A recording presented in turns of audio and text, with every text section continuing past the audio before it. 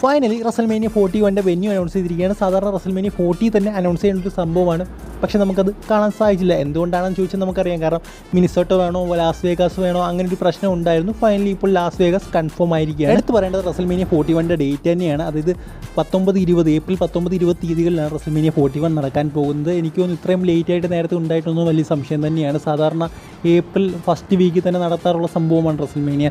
എന്തായാലും ഇത്രയും ലേറ്റ് എനിക്ക് തോന്നുന്നു റസൽമേനിയ 31 കുറച്ച് ലേറ്റ് ആയിരുന്നു തോന്നുന്നു. എന്തായാലും അതിനുശേഷം ഏറ്റവും ലേറ്റ് ആയിട്ടുള്ള റസൽമേനിയ ഇതാണെന്നാണ് എനിക്ക് തോന്നുന്നത്. എന്തായാലും മെയിൽ നടക്കുമെന്നായിരുന്നു പറഞ്ഞു കഴിയുന്നത്, പക്ഷേ അവർ ഏപ്രിൽ തന്നെ റസൽമേനിയ നടത്തി. അതെന്തായാലും വലിയ കാര്യമായിട്ടാണ് എനിക്ക് തോന്നുന്നത്. മിനിസോട്ട ഒരു ഓപ്ഷനായിരുന്നു റസൽമേനിയ 41 വെക്കാൻ, പക്ഷേ അവസാനം അത് മാറ്റുകയായിരുന്നു. അതിനുള്ള കാരണം എന്ന് പറയുന്നത് പുതിയതായിട്ടുള്ള ഓണേഴ്സിന് മിനിസോട്ടയിൽ വെക്കാൻ താല്പര്യമില്ലായിരുന്നു എന്നാണ് അറിയാൻ സാധിക്കുന്നത്. എന്തായാലും മിനിസോട്ടയിൽ ഒരു മെമ്പർ പറഞ്ഞൊരു കാര്യമാണിത്. എന്തായാലും ഫ്യൂച്ചറിൽ WWE ആയിട്ട് കൂൾ ഇവൻറ്റ് മിനിസോട്ടയിൽ വരുമെന്ന് അവരെടുത്ത് പറയുന്നുണ്ട്. എന്തായാലും ഇപ്രാവശ്യം ലാസ് വേഗാസ്, ചിലപ്പോൾ അടുത്ത പ്രാവശ്യത്തെ റസൽമേനിയ വേണമെങ്കിൽ മിനിസോട്ടയിൽ വെക്കാം. അടുത്ത അപ്ഡേറ്റ് എന്ന് പറയുന്നത് king and queen of the ring ടൂർണമെൻറ്റിൻ്റെ ഫസ്റ്റ് റൗണ്ട് മാച്ച് അനൗൺസ് ചെയ്തിരിക്കുന്നു. എന്തായാലും വമ്പൻ മാച്ചാണ്, ഒരു പേപ്പർ വ്യൂ ലെവൽ മാച്ചസ് തന്നെ പറയാം. എന്തായാലും ഫസ്റ്റ് റൗണ്ടിൽ ആദ്യത്തെ മാച്ച് ഗന്ധറും ഷേമസും തമ്മിലുള്ള മാച്ചാണ്. അതൊരു ബാങ്കർ ആഫ്റ്റർ ബാങ്കർ മാച്ചായിരിക്കും. പിന്നെ റിക്കോഷെ ഇലെ ഡ്രാഗ്നോ തമ്മിലുള്ള മാച്ചാണ്. അതൊരു high flying hard core match നമുക്ക് കാണാൻ സാധിക്കും. പിന്നെ കോഫി കിങ്സ്റ്റനും റേ മിസ്റ്ററിയും ഒരു ഹൈ ഫ്ലൈയിങ് മാച്ച് ചിലപ്പോൾ കാണാൻ സാധിച്ചെന്ന് വരാം. പിന്നെ റേ മിസ്റ്ററി കുറച്ച് ഏജ് ആയതുകൊണ്ട് ചെറിയൊരു പ്രശ്നം തന്നെയാണ്. എന്തായാലും അതൊരു നല്ല മാച്ച് തന്നെയാണ്. പിന്നെ ഡ്രൂ മക്കിൻഡിയർ വേഴ്സസ് സ്പിൻ ബാർ മാച്ച്, അതൊരു ഹാർഡ് കോർ മാച്ച് തന്നെയായിരിക്കും. എന്തായാലും എടുത്തു പറയേണ്ട കാര്യം എന്ന് പറയുന്നത് ഒരു പേപ്പർ വ്യൂ ലെവൽ മാച്ചാണ് ഇപ്പോൾ അതായത് ഇപ്രാവശ്യം നടക്കാൻ പോകുന്ന king and queen of ring ടൂർണമെൻറ്റിൻ്റെ ഫസ്റ്റ് റൗണ്ട് മാച്ച് തന്നെ. എൻ്റെ അഭിപ്രായം എന്ന് പറയുന്നത് king and queen of the ring tournament Sheamus വിജയിക്കണമെന്നാണ്. അതിൻ്റെ ഫാനായതുകൊണ്ട് പറയുന്ന ഒരു കാര്യമല്ല. ബട്ട് അദ്ദേഹത്തിന് ഇങ്ങനത്തെ സംഭവങ്ങളൊക്കെ ഹാൻഡിൽ ചെയ്യാനൊരു പ്രത്യേക കഴിവുണ്ട്. അദ്ദേഹം നേരത്തെയും king of the tournament winner ആയിട്ടുണ്ട്. സോ അതുകൊണ്ട് തന്നെ അദ്ദേഹത്തിന് ആ ഒരു സമയത്ത് അദ്ദേഹത്തിന് ഒരു സ്പെഷ്യൽ ടാലൻറ്റ് നമുക്ക് കാണാൻ സാധിച്ചിട്ടുണ്ട്. സോ അദ്ദേഹം വീണ്ടും വിജയിച്ചാൽ അതെന്തുകൊണ്ട് നല്ലതായിരിക്കും എന്നാണ് എനിക്ക് തോന്നുന്നത്. അടുത്ത അപ്ഡേറ്റ് ഡാമിൻ പ്രീസ്റ്റ് ഫിൻബാലറുമായിട്ട് ബന്ധപ്പെട്ടുള്ളൊരു അപ്ഡേറ്റാണ്. നമുക്ക് എല്ലാവർക്കും അറിയാവുന്ന കാര്യമാണ്. എന്തായാലും ഇവർ തമ്മിൽ ഒരു ഫ്യൂഡ് പറയാനുള്ള സാധ്യതകളുണ്ട്. അത് നമ്മൾ ബാക്ക്ലാഷിൽ കണ്ടതാണ്. എന്തായാലും അവർ ഫേസ് ടു ഫേസ് നിൽക്കുന്ന സംഭവങ്ങളും ഡാമിൻ പ്രീസ്റ്റ് എനിക്ക് തോന്നുന്നു ഇവരുടെ ഹെൽപ്പൊന്നും താല്പര്യമില്ല. അദ്ദേഹത്തിന് ഒറ്റയ്ക്ക് ചാമ്പ്യനായിട്ട് മുന്നോട്ട് പോകുന്നത് ഞാൻ തോന്നുന്നു എനിക്കിഷ്ടം. സോ അതുകൊണ്ട് തന്നെ ഡാമിൻ പ്രീസ്റ്റ് ഒരു ഹീൽ ക്യാരക്ടറായിട്ട് മാറി ഇവർ രണ്ടുപേരും അറ്റാക്ക് ചെയ്യാനുള്ള സാധ്യതകളുണ്ടെന്നാണ് എനിക്ക് തോന്നുന്നത്. എന്തായാലും ആ ഒരു ബാക്ക്ലാഷിലെ സംഭവങ്ങളൊക്കെ വെച്ച് നോക്കുമ്പോൾ എനിക്ക് തോന്നുന്നു വളരെ പെട്ടെന്ന് തന്നെ ഫിൻബാലർ ഡാമിൻ പ്രീസ്റ്റ് മാച്ച് വരാൻ സാധ്യതയുണ്ട്. അതിന് ചിലപ്പോൾ ഡാമിൻ പ്രീസ്റ്റിൻ്റെ ആ ഒരു ചാമ്പ്യൻഷിപ്പ് നഷ്ടമാകാൻ ഫിൻബാലർ കാരണമായെന്ന് വരാം. സോ അതുകൊണ്ട് തന്നെ ഫ്യൂച്ചറിൽ ഫിൻബാലർ അതിന് ഡാമിൻ പ്രീസ്റ്റ് ഇവരുടെയൊക്കെ ഫ്യൂഡ് വന്നു കഴിഞ്ഞാൽ വേറെ ലെവലായിരിക്കും എന്നാണ് എനിക്ക് തോന്നുന്നത്. എന്തായാലും ഇപ്പോൾ അത് ബിൽഡിംഗ് ആണ്. സൂൺ, അതായത് വളരെ പെട്ടെന്ന് തന്നെ നമുക്ക് ഇവർ തമ്മിലൊരു ഫ്യൂഡ് കാണാൻ സാധിക്കുമെന്നാണ് എൻ്റെ ഒരു അഭിപ്രായം. ഇനി അടുത്ത അപ്ഡേറ്റ് എന്ന് പറയുന്നത് അങ്കിൾ ഹൗഡി ഒരു ബാക്ക്ലാഷ് വരുമെന്ന് ഞാൻ പറഞ്ഞിരുന്നു. അതുപോലെ തന്നെ പല റൂമേഴ്സിൽ നിന്ന് പറഞ്ഞു കഴിഞ്ഞിരുന്നു. പക്ഷേ നമ്മൾ അങ്കിൾ ഹൗഡിയെ കണ്ടില്ല. പക്ഷേ ഒരു QR കോഡ് നമുക്കിവിടെ കാണാൻ സാധിച്ചിരുന്നു. എന്തായാലും ഒരു QR കോഡിന് പിന്നിലെ രഹസ്യം എന്താണെന്ന് പലരും ചോദിക്കുന്നുണ്ട്. എന്തായാലും അതിന് പിന്നിൽ ഒരു വലിയ ചെറിയ രഹസ്യമുണ്ട്. അതിലൊരു റോമൻ ലെറ്റർ എഴുതി വെച്ചിരിക്കുന്നത് 25 ആയെന്നാണ്. ആ ഒരു QR കോഡ് നമ്മൾ സ്കാൻ ചെയ്ത് നോക്കിയപ്പോൾ എന്തായാലും അതിൻ്റെ അർത്ഥമെന്ന് എനിക്ക് തോന്നുന്നു king and queen of the ring tournament നടക്കാൻ പോകുന്നത് 25/5 ആ ഒരു ഡേറ്റിലാണ്. സോ ആ ഒരു ഡേറ്റിൽ ചിലപ്പോൾ നമുക്ക് അങ്കിൾ ഹൗഡി റിട്ടേൺ ഉണ്ടായിരിക്കുമെന്നാണ് എനിക്ക് തോന്നുന്നത്. എന്തായാലും അതിൽ കൂടുതൽ നീട്ടാൻ ഒരിക്കലും പാടില്ല, ഭയങ്കര ബോറിംഗ് ആയിട്ട് പോകും.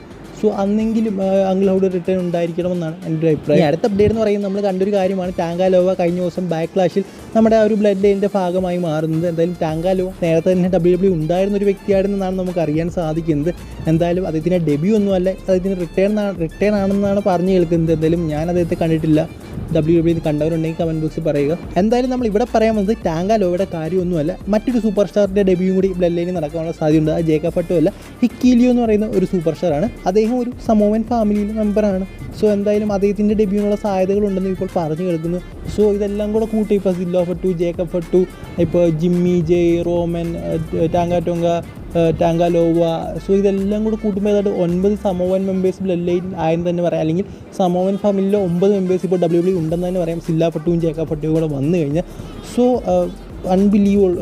ഒരു റോമൻ റീഡ്സ് കാരണം അദ്ദേഹം ഒരു ബ്ലഡ് ലൈൻ എന്ന് പറയുന്ന ഒരു ഫാക്ഷൻ ഇറക്കി. അതുകൊണ്ട് ഇത്ര അധികം സമോവൻ ഫാമിലിയിലെ മെമ്പേഴ്സിന് WWE എത്തുക എന്ന് പറയുന്നത്, പ്രത്യേകിച്ചും NXT പോലും ചെയ്യാതെ ഡയറക്റ്റ് എത്തുക എന്ന് പറയുന്നത് വലിയൊരു അച്ചീവ്മെൻ്റ് ആണ്.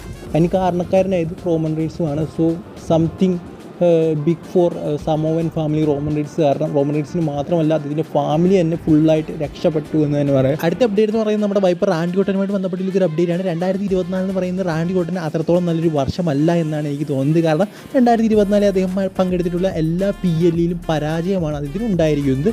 അതിന് 2024 ഫസ്റ്റ് PLE മാച്ച് റോയൽ റംബിളിലായിരുന്നു. അതിൽ അദ്ദേഹം പരാജയപ്പെട്ടു. പിന്നെ എലിമിനേഷൻ ചേമ്പർ മാച്ച് ഉണ്ടായിരുന്നു, അതിലും പരാജയപ്പെട്ടു. അത് കഴിഞ്ഞ് റസൽമേനിയ മാച്ച് അതിനും പരാജയപ്പെട്ടു. അതുപോലെ തന്നെ കഴിഞ്ഞ ദിവസം ബാക്ക്ലാഷിലും അദ്ദേഹം പരാജയപ്പെടുകയുണ്ടായത്. സോ ഒരു ബാഡ് PLE റെക്കോർഡാണ് ഇത് 2024 നോക്കുമ്പോൾ. എന്തായാലും റാൻഡിയോട് തിരിച്ചു വരും എന്ന് തന്നെ നമുക്ക് വിചാരിക്കാം. എന്തായാലും റാൻഡിയോട് തിരിച്ചു വന്നിരിക്കും. തിരിച്ചു വരുമെന്ന് നമുക്ക് വിചാരിക്കേണ്ട സംഭവമൊന്നുമില്ല. റാൻഡി ഓർട്ടനാണ്, അദ്ദേഹം ഉറപ്പായിട്ടും എപ്പോൾ വേണമെങ്കിലും തിരിച്ചു വരാൻ സാധിക്കുന്ന ഒരു സൂപ്പർ സ്റ്റാറാണ്. മറ്റുള്ള സൂപ്പർ സ്റ്റാർസിൻ്റെ കൂട്ടൊന്നുമല്ല. അടുത്ത അപ്ഡേറ്റ് എന്ന് പറഞ്ഞാൽ വൈറ്റ് ഫാക്ഷനുമായിട്ട് ബന്ധപ്പെട്ടൊരു അപ്ഡേറ്റാണ്. എന്തായാലും നമ്മുടെ ബ്രേവ് വൈറ്റിന് ട്രിബ്യൂട്ടായിട്ട് ഇറങ്ങുന്ന ഫാക്ഷനാണ് വൈറ്റ് ഫാക്ഷൻ. എന്തായാലും വെറും ട്രിബ്യൂട്ടായിട്ട് മാത്രമല്ല, അതൊരു വലിയൊരു ഫാക്ഷൻ ആയിരിക്കുമെന്നാണ് ഞാൻ കരുതുന്നത്. എന്തായാലും ആ ഒരു ഫാക്ഷൻ്റെ കാര്യം, ആ ഒരു QR കോഡിൻ്റെ കാര്യം പറഞ്ഞപ്പോൾ തന്നെ പറയേണ്ടതായിരുന്നു, പക്ഷേ ഞാൻ വിട്ടുപോയി. എന്തായാലും ആ ഒരു ഫാക്ഷനിലെ മെമ്പേഴ്സിൻ്റെ കാര്യങ്ങളൊക്കെ ഇപ്പോൾ പുറത്തേക്ക് വന്നിട്ടുണ്ട്, ആരൊക്കെ ഉണ്ട് എന്നുള്ളത്. എന്തായാലും ആ ഒരു മെമ്പേഴ്സ് ആരൊക്കെയാണ് ഞാൻ പറയാം. ബൊഡാൽസ്, നിക്കി ക്രോസ്, ഡെക്സ്റ്റർ ലൂമിസ്, ജോ ഗേസി, എറിക് റോവൻ, ഇവർ 5 പേരായിരിക്കും വൈറ്റ് ഫാക്ഷനിലെ മെമ്പേഴ്സ് എന്നാണ് നമുക്കറിയാൻ സാധിക്കുന്നത്. ലുക്കിംഗ് ഗുഡ് എന്ന് തന്നെയാണ് എനിക്ക് തോന്നുന്നത്. ഇപ്പോൾ നിക്കി ക്രോസ് ആണെങ്കിലും ഡെക്സ്റ്റർ ലൂമിസ് ആണെങ്കിലും എറിക് റോവൻ ആണെങ്കിലും ഈ ഒരു ടൈപ്പ് ഓഫ് സംഭവങ്ങളൊക്കെ ചെയ്യാൻ വളരെ മിടുക്കരായിട്ടുള്ള സൂപ്പർ സ്റ്റാറാണ്. അല്ലെങ്കിൽ ഇവർ കൂടുതലും ചെയ്യുന്നത് ഈ ടൈപ്പ് ഓഫ് സംഭവങ്ങളാണ്. സോ എന്തായാലും അവരെ ഈ ഒരു ഗ്രൂപ്പിലേക്ക് ആഡ് ചെയ്യുന്നത് എന്തുകൊണ്ടും നല്ലൊരു സംഭവമായിട്ടാണ് എനിക്ക് തോന്നിയത്. അടുത്ത അപ്ഡേറ്റ് എന്ന് പറയുന്നത് നമ്മുടെ പോൾ ഹേമൻ ഒരു മാസ്റ്റർ പ്ലാൻ നടത്തുകയാണ്. അത് നമ്മൾ കഴിഞ്ഞ ദിവസം കണ്ടൊരു കാര്യമാണ്. കഴിഞ്ഞ ദിവസം കണ്ടല്ലേ, നമുക്കറിയാം പോൾ ഹേമൻ്റെ കയ്യിലല്ല ഇപ്പോൾ ബ്ലഡ് ലൈനിൻ്റെ ആ ഒരു കടിഞ്ഞാണ് ഇരിക്കുന്നത്. നമുക്കറിയാം റോമൻ റീൻസ് ഇല്ല. സോ പോൾ ഹേമനാണ് കൺട്രോൾ ചെയ്യുന്നത്. പക്ഷേ പോൾ ഹേമൻ പറയുന്നതൊന്നും സോളോസിക്കോ ടാമറ്റോങ്കി ആരും തന്നെ കേൾക്കുന്നില്ല. സോ ഈ ഒരു കാര്യം ജെയ്യൂസോട് പോൾ ഹേമൻ പറയുകയുണ്ട്. അദ്ദേഹത്തിനോട് ഹെൽപ്പ് ചോദിക്കുന്നത് കണ്ടു. അത് എൻ്റെ കൺട്രോളിലല്ല ഇപ്പോൾ ഈ ഒരു സംഭവങ്ങളൊന്നും. എന്നെ ഇവിടുന്ന് എങ്ങനെയെങ്കിലും രക്ഷിക്കുക അല്ലെങ്കിൽ എന്നെ ഹെൽപ്പ് ചെയ്യുന്ന തരത്തിലൊക്കെ നമ്മുടെ പോൾ ഹേമൻ ജെയ്യൂസോട് പറയുന്നുണ്ട്. സോ എനിക്ക് തോന്നുന്നു ജെയ്യൂസെ വീണ്ടും ഈ ഒരു ബ്ലഡ് ലൈനിലേക്ക് കൊണ്ടുവരാനുള്ള പ്ലാനാണ്. ബ്ലഡ് ലൈൻ വീണ്ടും കൺട്രോൾ ആക്കാനുള്ള പോൾ ഹേമൻ്റെ ആ ഒരു പ്ലാനാണെന്നാണ് എനിക്ക് തോന്നുന്നത്. എന്തായാലും അല്ലെങ്കിൽ എന്തെങ്കിലും ഒരു മാസ്റ്റർ പ്ലാൻ ആയിരിക്കുമെന്നാണ് എനിക്ക് തോന്നുന്നത്. മിക്കവാറും ആ ഒരു ജിം യൂസോ, ജെയ്യൂസോ, ടാമാറ്റങ്ക, ടാമലോവ, അങ്ങനെ അതുപോലെ ജേക്കഫട്ടോ ഒക്കെ വരുന്നെന്ന് പറയുന്നത്. സോ ഇവരെല്ലാം കൂടെ ചേർന്ന് റോമൻ റീൻസോട് വരുമ്പോൾ ഒരു വലിയൊരു ബ്ലഡ് ലൈൻ, ആ ഒരു ഗ്രൂപ്പ് ജെയ്യൂസോടെ ചേർന്ന് കഴിഞ്ഞാൽ വേറെ ലെവലായി മാറും. സോ അതിൻ്റെ ഭാഗമൊക്കെ ആയിട്ടാണെന്നാണ് എനിക്ക് തോന്നുന്നത്. സോ ഇവിടെ എനിക്ക് തോന്നിയൊരു കാര്യം എന്ന് പറയുന്നത് ജെയ്യൂസെ കൂടെ ബ്ലഡ് ലൈനിലേക്ക് കൊണ്ടുവന്ന് ബ്ലഡ് ലൈൻ ഒരു ശക്തമായ ടീമാക്കി മാറ്റാനുള്ള പ്ലാനുകളാണെന്നാണ് എനിക്ക് തോന്നിയിട്ടുള്ളത്. സോ ഈ ഒരു വീഡിയോ ഇത്രയുള്ളൂ. നിങ്ങൾക്ക് ഇഷ്ടപ്പെടുന്നെങ്കിൽ ഇഷ്ടപ്പെട്ട തീർച്ചയായിട്ടും ലൈക്ക്, സബ്സ്ക്രൈബ് ഒക്കെ ചെയ്യുക. അടുത്ത വീഡിയോയിൽ കാണുന്നവരെ ഗുഡ് ബൈ.